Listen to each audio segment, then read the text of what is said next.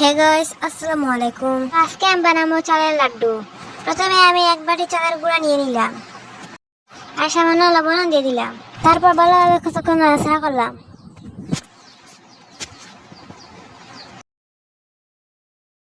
এখন আমি নারকেল দিয়ে দিলাম, এটা আমি আগ থেকে ভেজে রেখেছিলাম। তারপর আবার ভালোভাবে নাড়াচাড়া করলাম। এখানে আমি ভালোভাবে নাড়াচাড়া করার পর কড়াই থেকে নামিয়ে নিলাম। তো গরম গরম রইতে রইতে আমি লাড্ডু শেপ ধরিয়ে নিলাম। আমি বোতলে ফেনা দিয়ে লাড্ডুগুলো বানাচ্ছিলাম।